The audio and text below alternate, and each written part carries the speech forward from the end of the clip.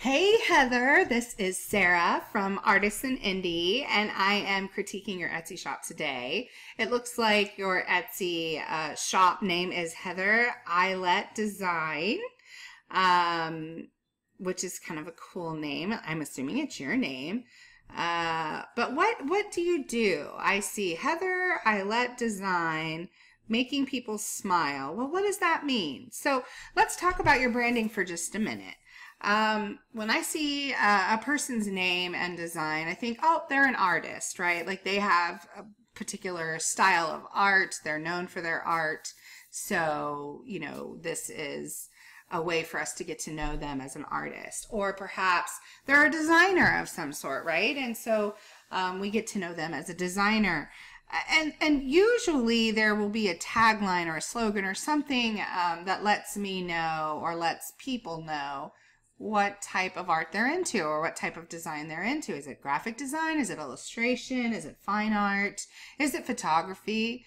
But you have Heather Aylette Design, making people smile. So that doesn't tell me really much of anything. And I look to the visuals or the graphics in your banner to try to learn, like, okay, well, who is this person and what is it that they do? Are they a floral designer? Do they put together centerpieces or sprays? That would make me smile, right? Flowers are pretty. Then I scroll down here and I see this wood tray sign decor. It looks wood burned and painted. I also see t-shirts. Now there's signs. So as you can tell, there's a lot going on here. It's a little bit confusing. I definitely think that you probably need to get a little more clear on what it is you do, what it is that you offer, who you offer that to, who your target audience is, what would they be interested in. Is it signs and shirts? Is that what you do? Signs and shirts? Then put that in there. Maybe come up with a cool name. It looks like you may be attracting a more southern kind of audience. It looks like we got, we got the American flag, we got Texas flag, we got the thin blue line, a lineman post. I'm seeing kind of a Jeep, cows. So it looks to me like you're more of a southern. So you have kind of a southern target audience. Gosh, sublimation tanks and tees. Tanks and tees is a good line as well, but these are t-shirts. Let's see, mason jar. Yeah, I definitely think I would come up with either a different name, or if you have that, if you want to keep that name, Heather Aylette Design, create a tagline that says, basically you're going to find shirts and signs. Like, that's what I do. And that's what I love to do, and that's what you're going to find here. Now, if you just have a couple signs in your shop, let's say a few, then I would probably take them out. Now here it's showing that you have 44. So I think it's kind of odd to put signs and shirts together in a shop, but it doesn't mean that you can't make it work, because you totally can. You just have to brand it as such. So I would redesign your banner. I would redesign a logo. I would rebrand and come up with a really nice solid tagline or slogan or something that lets people know, hey, this is what I do. It's kind of a mishmash of things, but it's all for the same target audience. And you can do that with just a nice strong tagline in there. I would also probably rethink your visuals as well. I love this picture of you. So pretty. I love the blue here. Beautiful smile. Here in this line right here, Heather, you want to put keywords in this line, okay? You don't want to put making people smile here, because this is a very searchable line on your Etsy site. This is very important to Google. Google looks to this line as far as looking for keywords just after looking to your shop name. So if someone Googles your shop name, it needs to come up first, right? But then Google looks to the second line, which is this line right here. And I know Etsy calls it your tagline, but really you need to have your tagline up here in your banner. And right here, you want keywords. So, you know, wood signs, Southern t-shirts, camping tees, or, you know, I wouldn't use sublimated as a keyword because honestly, people that aren't in the business, they don't know what that means. So I would put, you know, like personalized shirts and signs or something that where you're describing what it is that you make and sell, but also using words that people are searching for on Google. Okay, you want to put that in there. I love that you have the 5-pick layout. I want you to really pay attention to this though. This is your featured items. These are the items that should change. This section right here should change every 1 to 2 months, depending on the season, depending on the holiday. Like I think this American flag would be perfect around 4th of July. What's going on right now? Like, well, it's back to school, right? We're mid-August. September's coming up, so we have Labor Day coming up. We have the fall coming up. What do you make, or what do you personalize, or what do you offer that kind of caters to those things, caters to back to school, or maybe summer vacation, or fall things, fall happenings that are going on. Maybe even slowly start to showcase things that you may have to gift for Christmas. So that's what you want in these featured sections here. You have a good amount of items. 203 items is awesome. I think that's a fantastic number for an Etsy shop. But you see how your titles over here kind of go back and forth, right? It's kind of long and then short and then long again, then short. It's kind of choppy. It's not so bad because you don't have a lot of section titles, but I would reorganize these from the shortest word. So it looks like that would be vinyl decals for you. I would have vinyl decals up front, and then it looks like it would go to wooden signs, then graphic shirts, then coffee mugs, then lights, and then tees. So that it kind of flows from the shortest word to the longest. So it kind of go like this.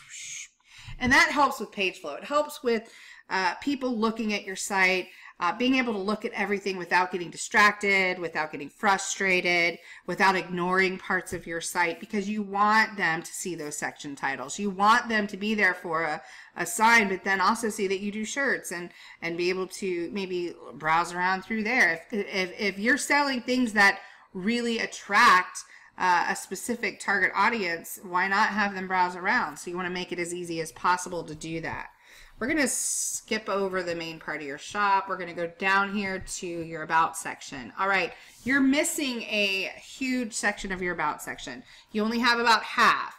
So in the About section, you can have the top half is a large slideshow of photos. So you can put 5 photos in. You can upload 5 photos. One of those can actually be a video, which I highly recommend. And it slides through. These need to be photos about you, not about your products. I don't want to see product pics in there. You want to show pictures of you or of your family, of your workspace, of the tools that you use, maybe if you use any machinery. You want to basically sell the whole handmade process in these photos, because that's going to add value to what you make, and it's going to allow people to get to know you as a maker. Okay, so you want to make sure that you put those up there, as well as the text section here, which you do have. So and also Etsy, when they first came out with the ability to add in the photos in the About section and things like that, they came out and very clearly stated that sellers, makers, shop owners that have a full About section will get a slight bump in ranking. So anything you can do to help your SEO is a good thing. So I definitely suggest that you get that entered in as soon as possible. All right, you have Facebook and you have Instagram, which is super duper awesome. I don't see a Pinterest here. And Pinterest, you know, I'm not saying that you need to have a Pinterest or that you need to have all 3. It's good to have a representation of your business on all 3. They are the main players, I would say, of social media as far as e-commerce goes.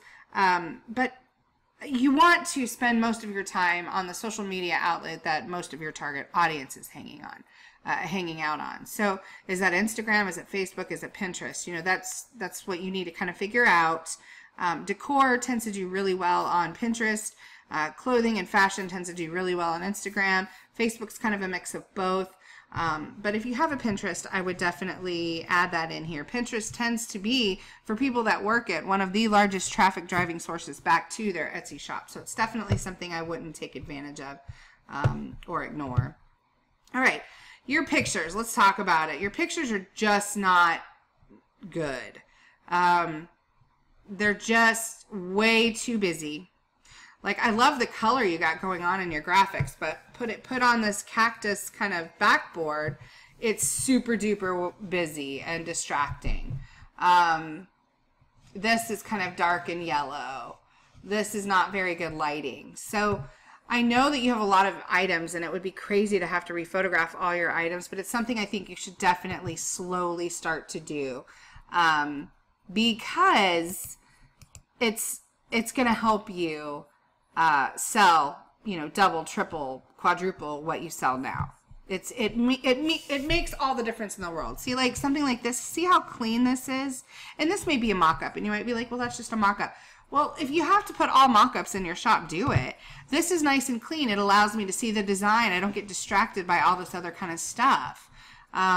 It definitely looks better. Your signs, if you can't get them taken in nice natural light, you got to set up some form of lighting in your shop to where you get you really can showcase the design and the color. If you have to you know, partner with a product photographer, you want to do that. Now I know a lot of people think, oh, well, that's just too over my head, or it's too expensive, or it's too, just, you have to find a way to do it. If you really want to sell these things, and it's important to you, and you want to grow your business, then you have to invest. You either have to invest in a camera or a lighting kit or a space. Maybe you have friends or family that have great indoor lighting that you can just say, hey, can I come over Sunday afternoon? I'll bring a pizza. I need to hang up some things and take pictures of it. Whatever you got to do, because you're going to sell, you know, so much more having it photographed properly. Your pricing's all over the place. You're using the 99-cent price point here, but you got a whole price point here, and that's okay. I know that once you're over 100, you don't necessarily have to put cents, but you want to keep whatever this digit is at the end. Anything over 100, you want that to be the same left of the decimal point. So this would be 159 if you're going to use 99 in your other listings. Okay, let's just go ahead and go to this shirt. Summer Pineapple Watercolor Tank. Funny t-shirt sayings. Funny t-shirt. T-shirt with saying. Funny shirts, funny tee. All right, you definitely need to work on your SEO. So let's talk about this. First of all, I want you just I know it's hard when you're running a shop and you're trying to think of SEO. You're so close to the product and what you call it, and it's hard to kind of step outside. But if you can step outside for a minute and think, okay, if I'm looking for this shirt, right? If I'm wanting to find a tank top that has pineapples on it, right? And it says summer on it, what am I going to look for? Well, more than likely someone's going to search for a pineapple tank, right? So pineapple tank top. Now you see here in the drop down, this tells you what phrases people are looking for right now. They're looking for pineapple tank top, pineapple tank for women, pineapple tank top for women. These would be much better than you saying summer pineapple watercolor, right? Now we can also say summer tank, right? Summer tank tops for women. That would be good. What about workout? Pineapple workout. Look, pineapple workout tank. I see that, and I think that would be a great tank top for workout. So you want to check your keywords in the search bar and see if they're pulling up. I don't think that all of these are coming up, and I don't think that that's the best use of keywords for that item. So you definitely want to go through your SEO and make sure that you're using the right keywords and you're using keywords that people are actually looking for. So that is the long and the short of it. If you have any questions at all, please let me know.